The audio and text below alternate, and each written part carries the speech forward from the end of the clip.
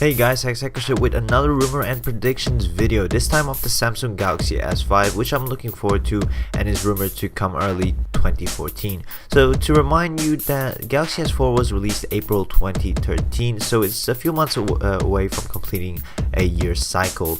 As always, the best part of these videos is the comment section below, which is open for you guys to discuss what features or anything that you will want to see with this device. So be sure to leave a comment down below and I might even do a video with your comments. So let's start first with the design. If there's anything that most matters in a phone, it's design. Samsung followed the S3's design pattern with the S4 with just minor modifications. We all know Samsung has been going with an overall plastic design, which is something Samsung knows most customers don't really like, and it's an area it really needs to work on. So reports have suggested that this might actually be the year it dumps plastic for aluminium. But before you get too excited, I have to remind you that this was also rumored for the S4, which still launched with a polycarbonate body. Samsung could also easily do the same as it did with the Note 3 and give us a texture looking plastic. We've seen some snaps though of what possibly is the S5's metal shelf. This rules out the possibility of a rumored flexible design, but not curved.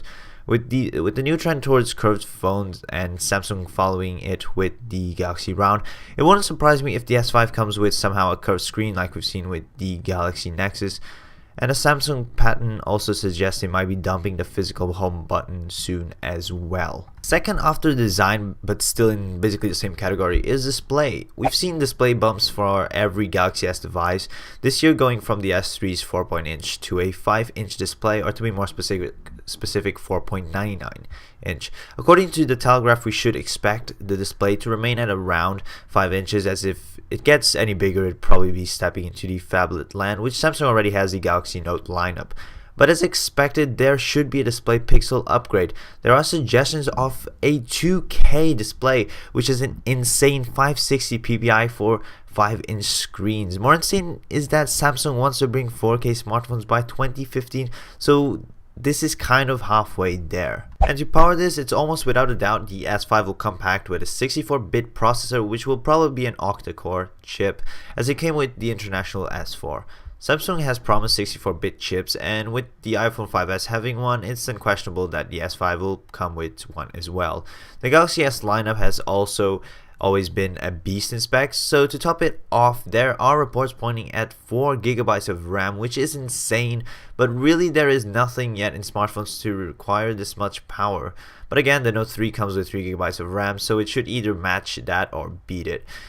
If anything, what could require that much power is Samsung's own TouchWiz. So we all know Samsung's TouchWiz, which some love and many hate.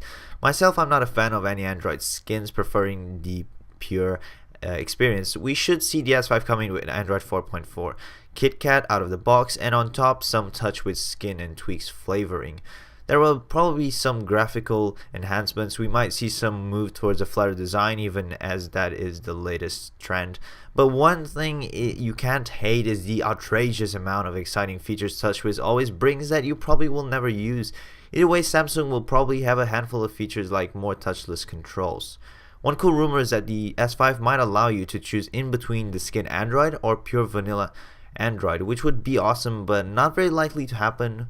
What is more probable is that the S5 will also be offered in a Google Play version, as we've seen with the S4 and HTC One. One of the features I think we should expect is a fingerprint scanner. Apple's done it with the 5S, HTC's done it with the One Max, and really what's left is Samsung, and they usually don't like being left behind, so this is probably a must-have feature. Where the S4 came packed with loads of features earlier this year was in the camera software. Although we're not sure what features they might include this year, it's likely that the hardware will get an upgrade, and since the S4 had a pretty solid 13 megapixel camera, a jump to a 16 megapixel would seem like a Samsung move. Reports suggest it will come with optical stabilization tech, which like we've seen with the LG G2. And Samsung has also recently announced new image sensor called ISOCELL, and it's very probable it will come packed in the S5. The new sensor has higher color accuracy, which will obviously result in sharper images. The S4 has one of the best cameras for Android devices, in which camera hasn't really been a strong point for, but hopefully Samsung does it again with the S5. So we're done with the most reported rumors. Now comes what I'm expecting and want. So I do expect most of what has been referred earlier, but I'm not so sure about a 2K display happening yet. But if it does, it'll require a big battery to support all these specs and massive pixelated display. So I'm expecting a big battery as usual with Galaxy devices, hopefully giving us at least full day battery life. Something I really hope to see is good speakers, hopefully stereo. Speakers have basically sucked with the Galaxy S devices, to be honest. They've been easily covered up and really haven't packed much of quality. But I hope Samsung takes some tips from the HTC One's impressive speaker and is working on bringing the same experience to the S5. Something that would be pretty sci-fi would be eye scanning technology. It would be awesome and not surprising if Samsung came out with eye scanning to unlock your device. In fact, there were early reports suggesting this, and we all know Samsung's been interested in our eyes for a while now with features that detect your eyes movement and stuff like that.